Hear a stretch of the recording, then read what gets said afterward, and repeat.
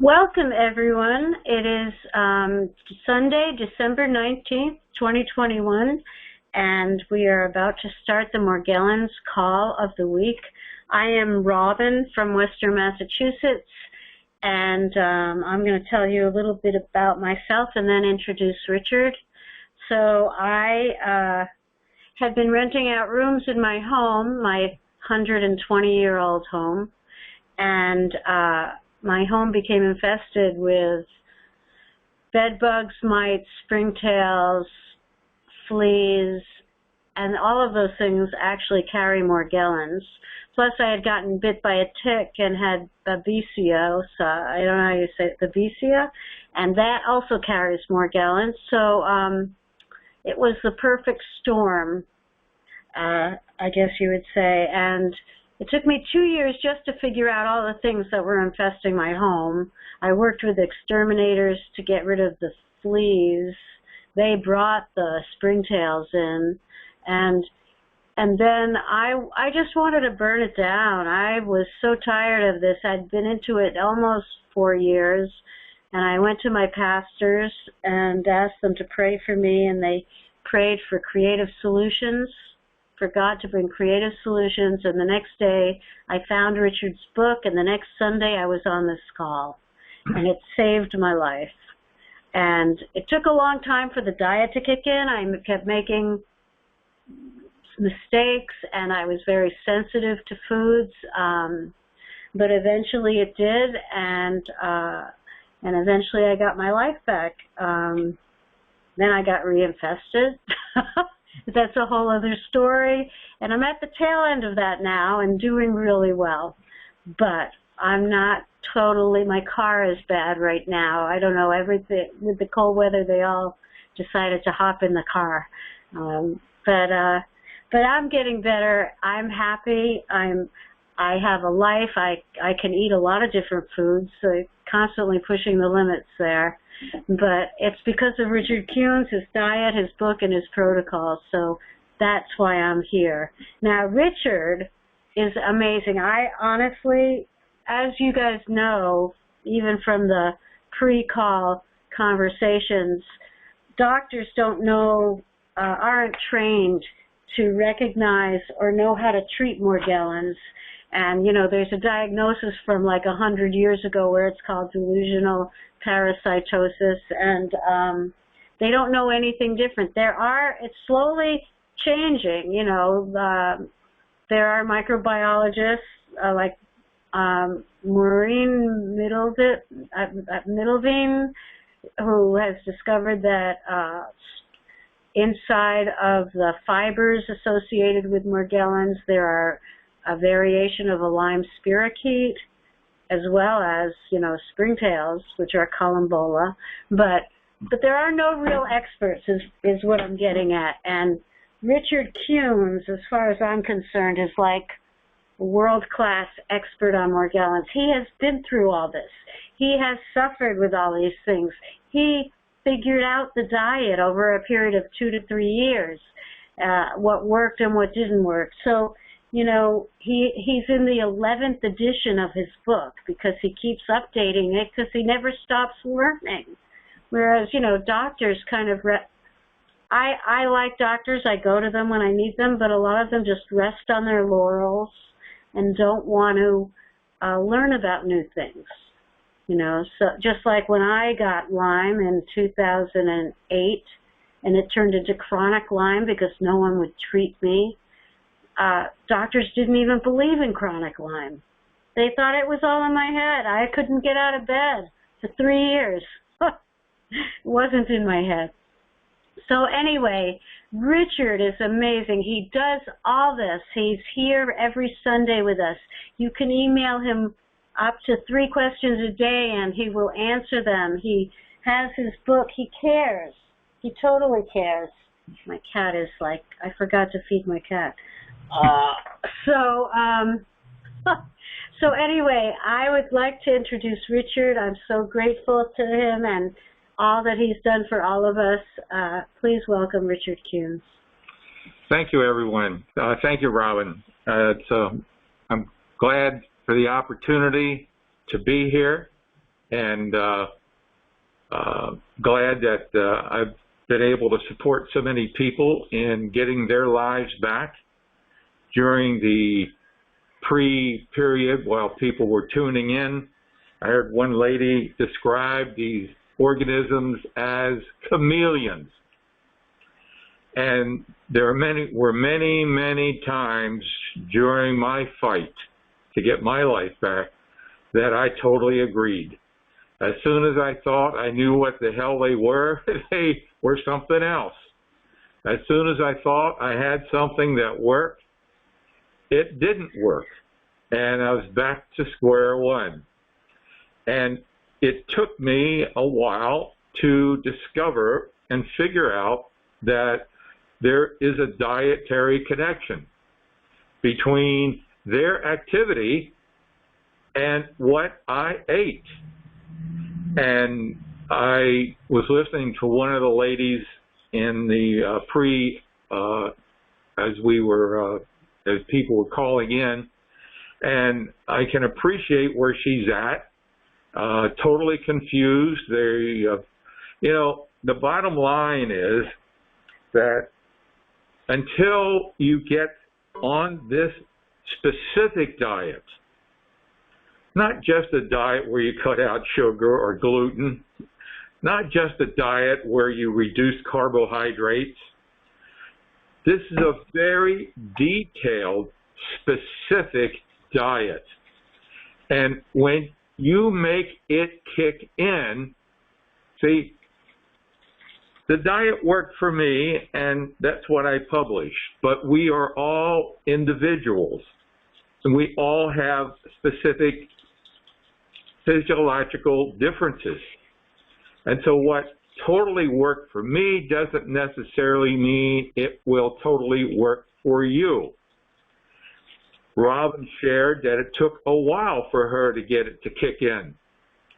Now, I'd say for 90% of the people who go on this diet, if you follow it to a T, it's going to work for you.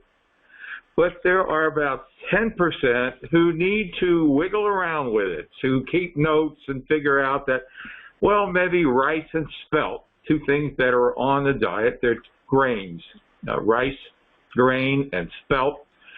Maybe they are not good for you on this diet and contribute to activating the parasites. And for you, you need to then leave them out. Some people can't have coffee, for instance, but it's important for you to figure out what will make the diet work for you.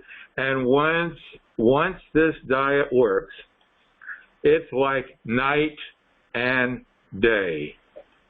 In other words, you go to bed every night, at least for me and from many others, you're awakened, oh gosh, if you're lucky you get a couple hours of sleep without being awakened with the itching and the biting, and have to go jump into a hot scalding tub of water, and your night sleep is interrupted, and you have to change the sheets and your bedding and start all over and hope that you can just get a couple more hours before, you hope that you could just get a few hours before morning when it all starts all over again. Well, once the diet kicks in, bye-bye. All that, bye-bye. You actually sleep through the night with relative little, if any, discomfort whatsoever. Now, I don't really know what makes the diet work. I just know that until you have this diet kick in, you are a walking, talking, breeding machine of these skin parasites. A walking, talking, breeding machine of skin parasites. And everywhere you go, you shed them. And some people are susceptible to them, many are not. So wherever you go, you shed them, and if someone else comes along and sits in a seat that you were sitting in and it's susceptible to them, well, the nightmare soon begins for them. just as it had begun for you. So the first step in getting your life back is to make the diet kick in.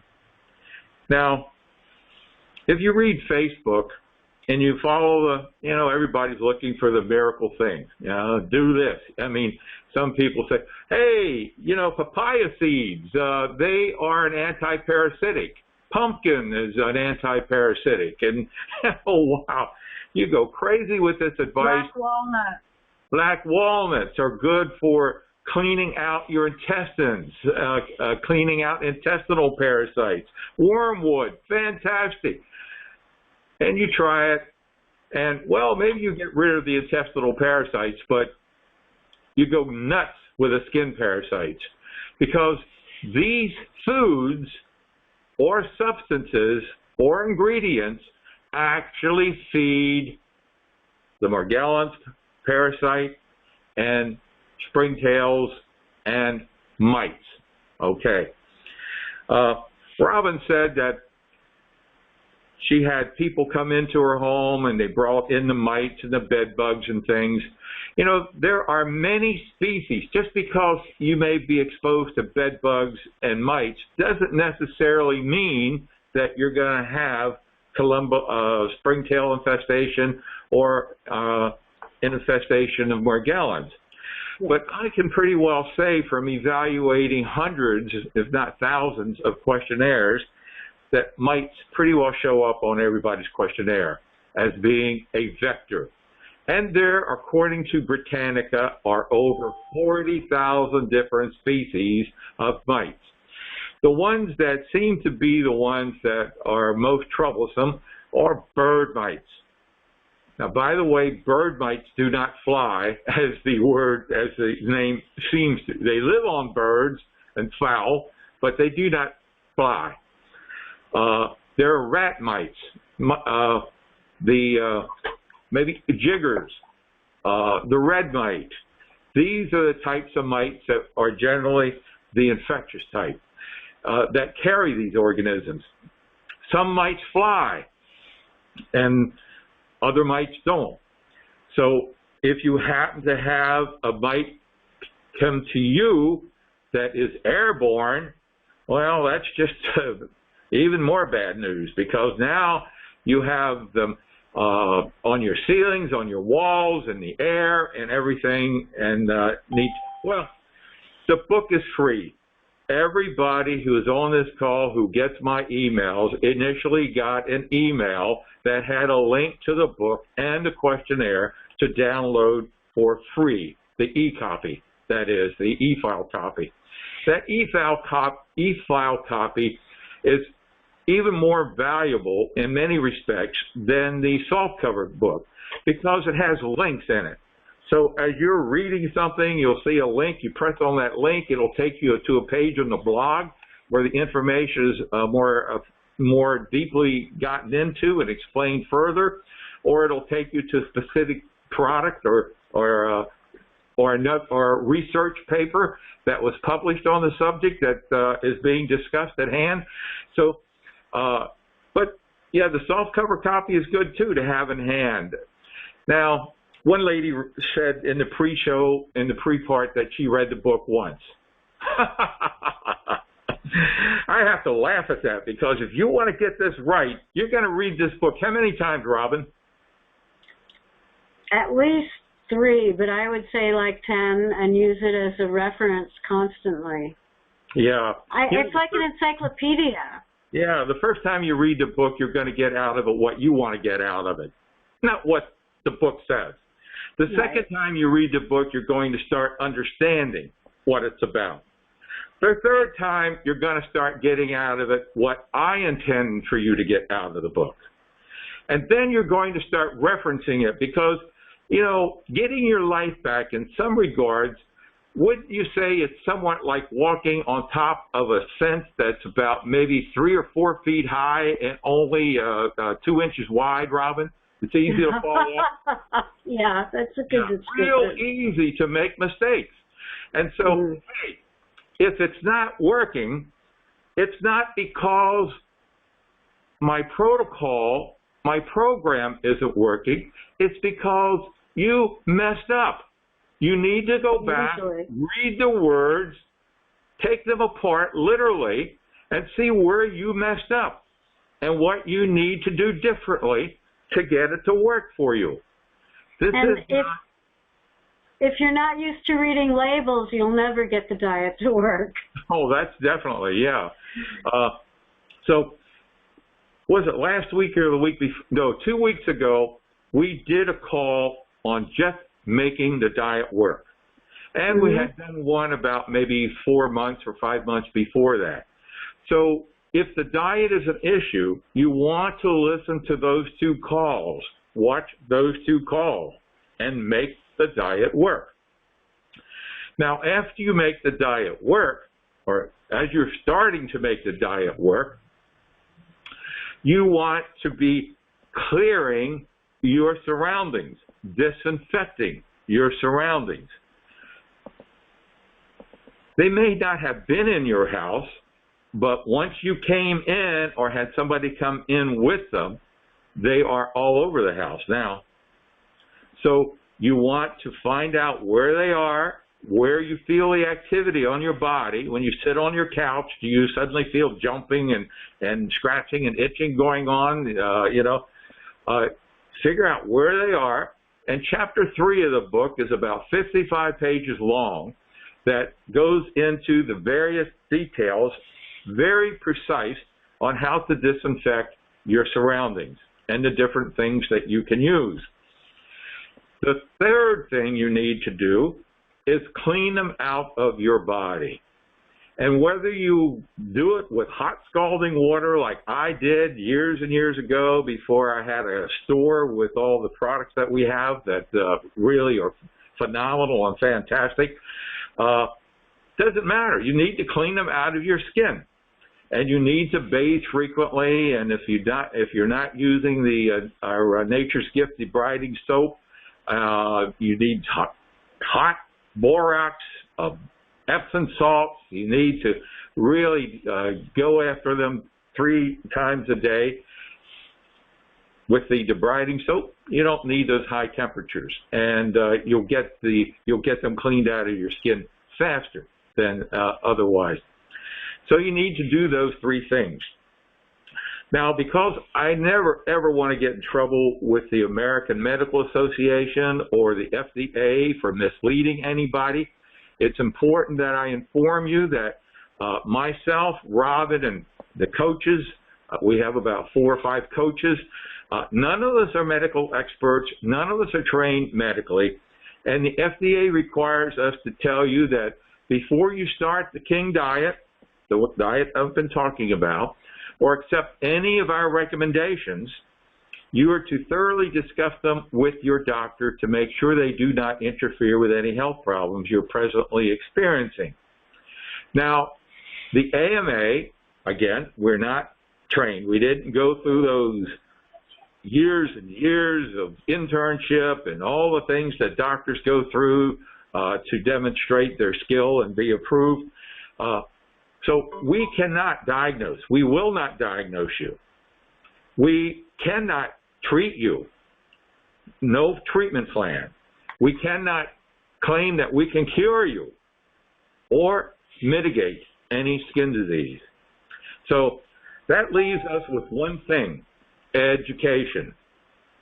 So we can educate you how to use the diet, how to clean them out of your environment, and how to clean them out of your skin. And we can also educate you as to which supplements, which targeted supplements will build health and immune functioning. And the topic of today's call is one of those supplements.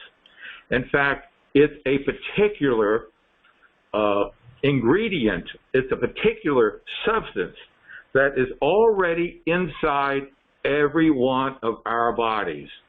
And that substance is glutathione. Glutathione, what the hell is that?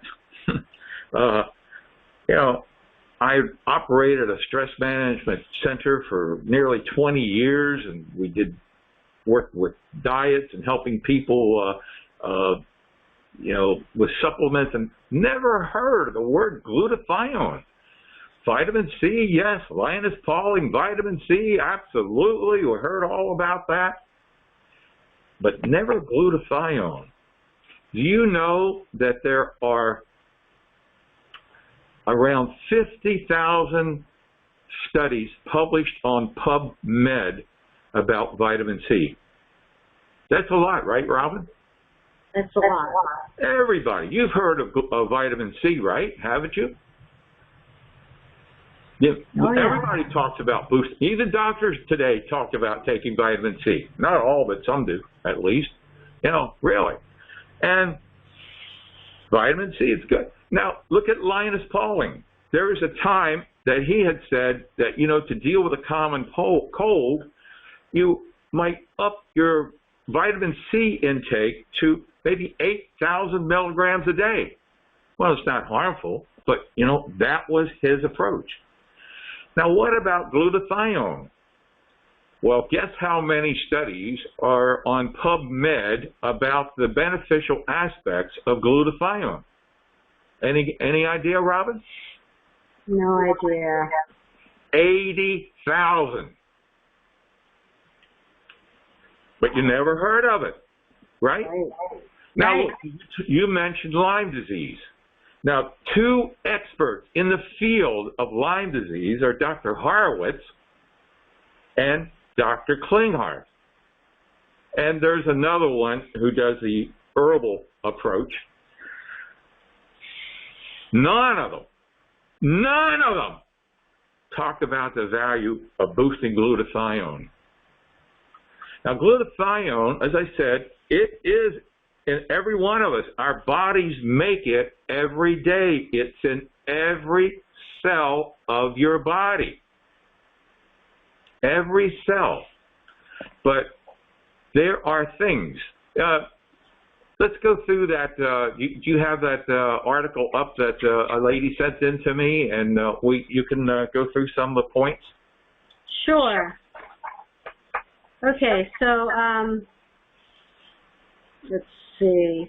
Antioxidants like vitamin C and vitamin E are quite popular in conversations, as are up-and-comers like quercetin.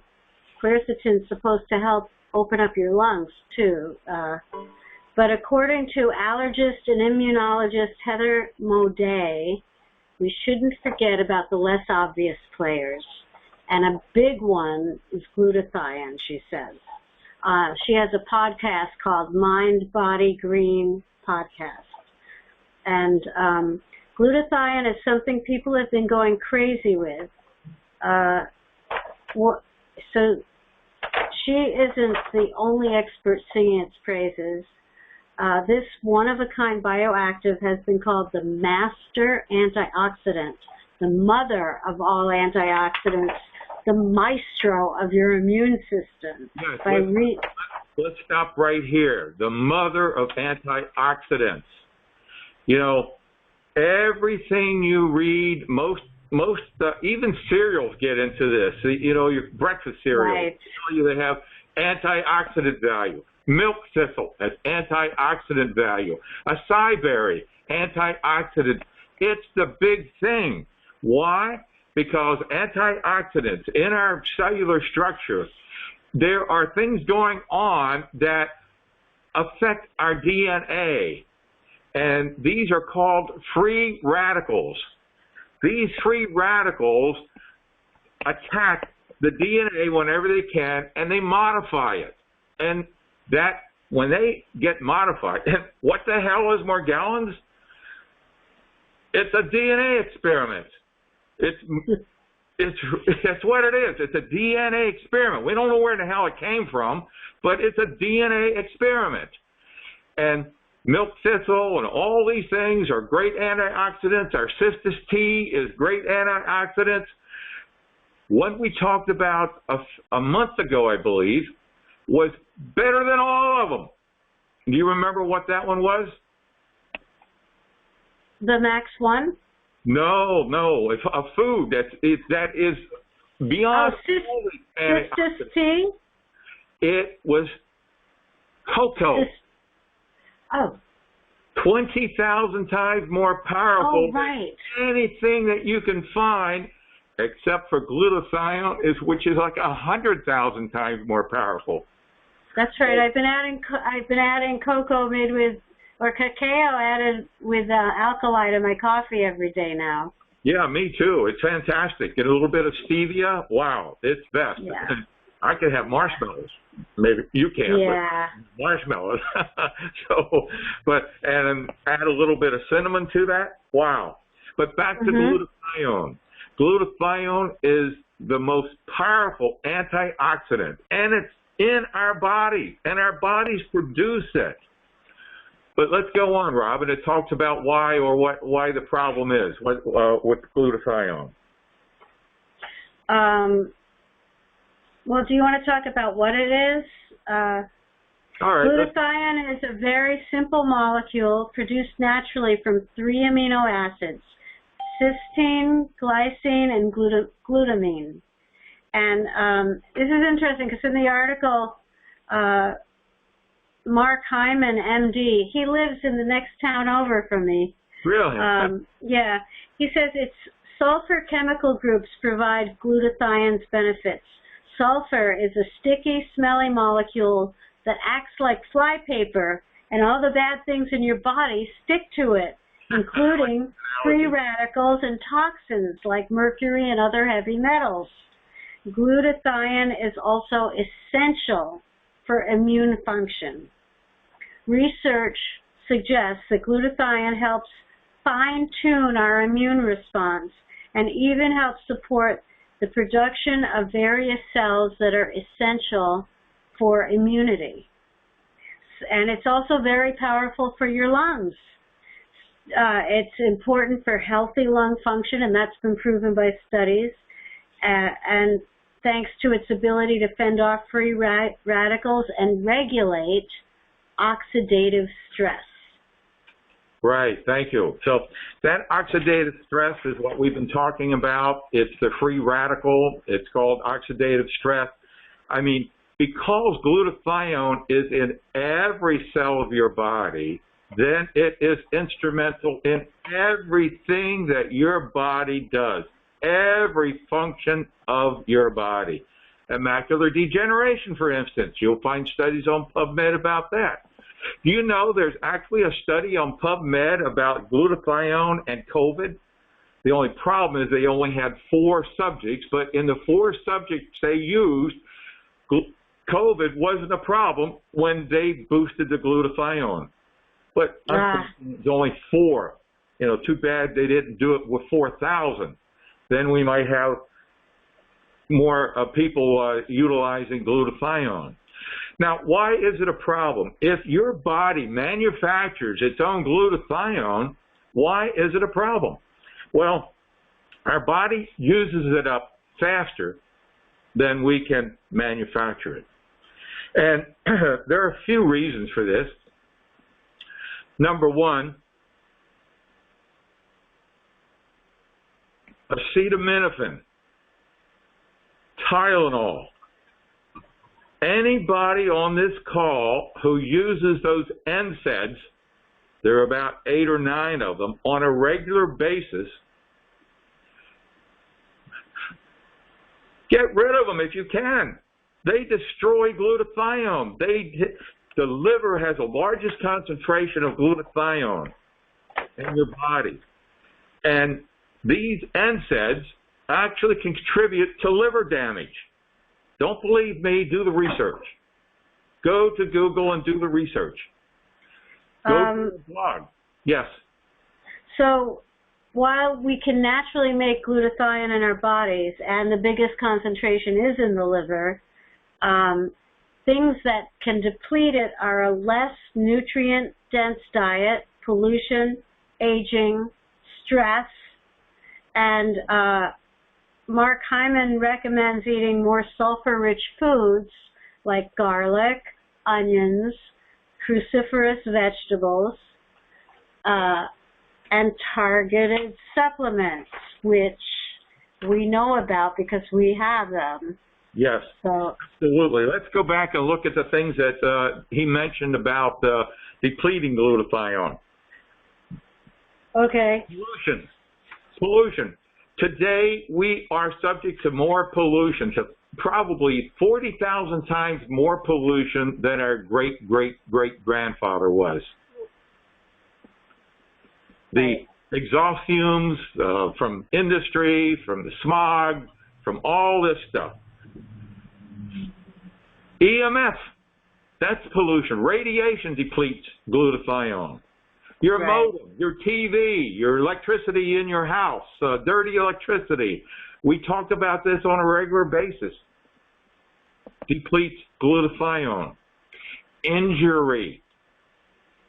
You know, I had some teeth removed. That's why I'm wearing the mask here today.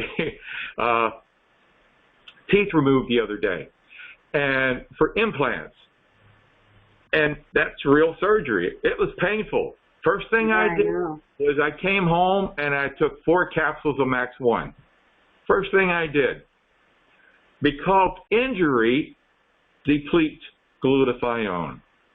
So there are these substances that deplete glutathione, and unfortunately, the body can't keep up. Aging. I think every decade, the amounts of our glutathione storages reduce by, I don't know, several percent. There is another website that I have up called glutathioneforhealth.com. It gets into a lot more detail. Now, how to boost glutathione? Robin mentioned a few things, basically some vegetables, red peppers boost glutathione. The limiting molecule is L-cysteine. The article only mentioned it as cysteine. L-cysteine is a limiting molecule. It's found in red meat as well. So many of these things, these foods are on the King diet. Many of them, most of them are. Well, almost all of them. But, you know, it's like oranges. And back to Linus Pauling. Had Linus Pauling even known about glutathione, and here's a Nobel Prize winner, had he known the value of glutathione, he never, ever would have suggested 8,000 milligrams of vitamin C. He would have suggested boosting your glutathione, because glutathione recycles vitamin C. Recycles vitamin C. So you don't have to take extraordinary amounts. And the formula that we use in our Max 1 contains 300 milligrams of vitamin C. Last week we talked about our Garcillin, allicin, the natural antibiotic. It also contains 300 milligrams of vitamin C. So if you're taking these 2 supplements and along with our multiple vitamins, you're getting plenty of vitamin C. You'll never need more because glutathione recycles it. You need less alpha lipoic acid, vitamin. So many supplements are unnecessary when you are boosting glutathione. That's the important part to remember. So, now, Richard, I think yes. Not all glutathione is equal or compatible with the King diet. Well, the supplements are absolutely right. So you can go into a health food store and you can probably buy a bottle of reduced glutathione for about 18 bucks. Now, 2 problems. Number 1 is that glutathione is a large molecule, and when you consume it like that as a supplement, your stomach wants to digest it, will break it down.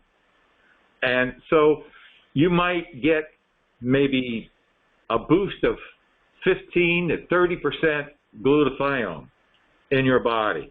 And you think, well, that's not too bad. The second thing is if you look at the ingredients that are on that bottle, you'll find ingredients that are not compatible with the diet and simply shoot yourself in the foot by activating the parasites by taking that. Now, there are, in the site I had suggested that you go to, Glutathione for Health, or a list of all the different products that have glutathione as a supplement. Now, one of them is whey-based, W-H-E-Y, whey. Well, hey, that's not on the diet, and that will contribute to shooting yourself in the foot. So the only one is the Max 1 product that we have at our store. And it is a proprietary blend, a bonding of D-ribose, which is a natural high-quality sugar, along with L-cysteine, the limiting molecule. Now, the way it's bonded allows it to get through the stomach and directly into the cell, your human cells. And that will do two things. When it gets into the cell, the D-ribose turns out to be the natural sugar that the mitochondria. Now, inside the human cell are like several thousand furnaces. We call them mitochondria. They're also called viruses, friendly viruses. These friendly viruses keep your cell alive. If you extinguish them, the cell dies. So you want to feed them. They are instrumental in the production of ATP, which is another whole topic. We're not even going to get into it. I'd have to do some reading to get familiar with all the terminology. But you can research the value of ATP and bear out what I'm telling you. It's one of the most important substances that your body can create. Now, the L-cysteine is the limiting molecule that ties in with the glutamate and the other protein to form the glutathione inside your cell. Now, there it is, right there with your DNA, right there where the free radicals are, and it reduces those free radicals, gets rid of them. It cleans out the toxicity. So all the toxic pesticides you've been exposed to, all the pollution you've been exposed to, all the things that you've been consuming that contain nickel, cadmium, aluminum, arsenic, all that stuff. In fact, if you are a subject of arsenic poisoning and are rushed to the hospital, the first thing they will give you is a glutathione push, a shot of glutathione to detoxify, to get rid of it. Now, I mentioned Dr. Klinger. I mentioned Dr. Horowitz, experts in Lyme disease. One of the things that Lyme disease loves is toxicity. The more toxic your cellular structure is with nickel, cadmium, and all those heavy metals, the happier Lyme disease is. And by boosting your glutathione intracellularly, you get rid of all that toxicity. That toxicity, that's the other thing, that's away. And that's why I'm surprised that these experts totally are ignorant or ignore the value of boosting glutathione. Maybe they don't know how to do it, because up until this particular formula was discovered by this Japanese biologist or expert, I'm not sure what his credentials are, but he figured out how to bond the L-cysteine and the D-ribose together. The only way of doing it was to play around with N-acetylcysteine, and that was kind of precarious. In fact, I think the government is even looking at limiting people's access to N-acetylcysteine as we speak. So I don't know. So the Max 1 is the only product. Now, the other tremendous value of boosting your glutathione is that it is also the body's major anti-inflammatory agent. So, and if you go to Google and research, you will find that every disease there is connected to inflammation. In fact, one of the major reasons of the vegan diet is to reduce the intakes of foods that contribute to inflammation. So here we have glutathione. You boost it, you have the detoxifier, you have the anti-inflammatory, you have the free radical destroyer, and you have the immune booster. It boosts your immune system. Now, nutrient-wise, our bloodstream, what is one of the most important substances our blood carries to our cellular structure, to our cells? What's one of the most important things? We get it from our lungs.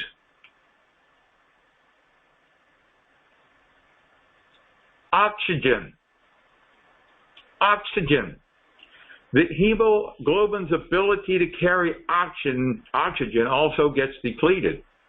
And glutathione increases the ability of hemoglobin to carry oxygen. Wow. I can't believe these guys haven't touted it, and I can't believe it. Now, like I said, you can go to the health food store and you can get glutathione. It might boost your glutathione levels by maybe 20 or 30%. Then you say, hey, well, that sounds pretty good. Max 1 does it approximately 2 capsules a day, 270%.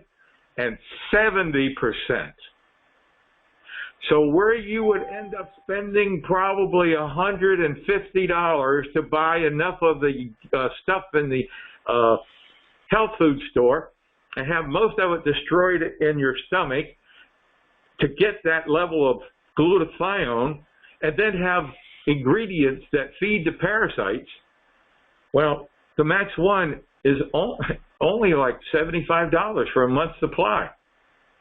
That's how powerful.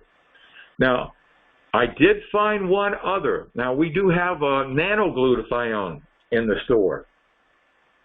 And let me go over the difference. Nano Glutathione is actual glutathione. It's taken sublingually under the tongue.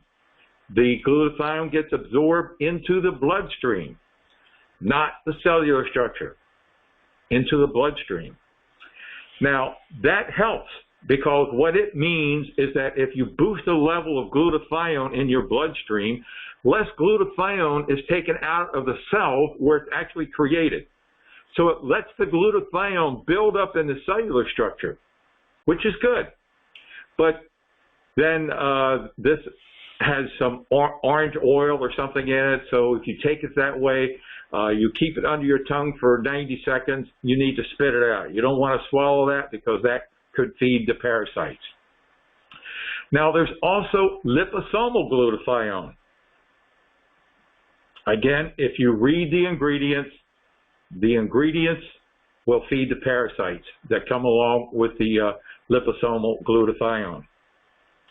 So one of the first things we do when we go on this diet is you take all the supplements that you have and you put them in the back corner somewhere. Maybe you'll get around to them after you get to stage 3 of the diet or late stage 2. But for right now, I can guarantee you that they're going to feed the parasites. And the diet is going to be useless. Because you make one little mistake with this diet, have one little Tic Tac breath mint or a piece of chewing gum, and you're going to lose a few hours or maybe even a day or two of progress until you get things back on track. So that's our take on glutathione for today. It's important, and last week we talked about, 2 weeks ago we talked about the kicking in the diet. From my experience and from many others, oftentimes by boosting the glutathione, it too helps kick the diet in as well.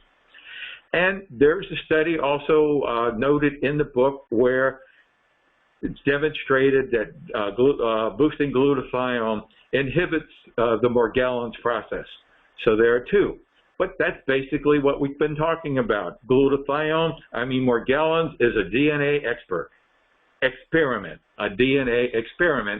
and glutathione is the free radical killer.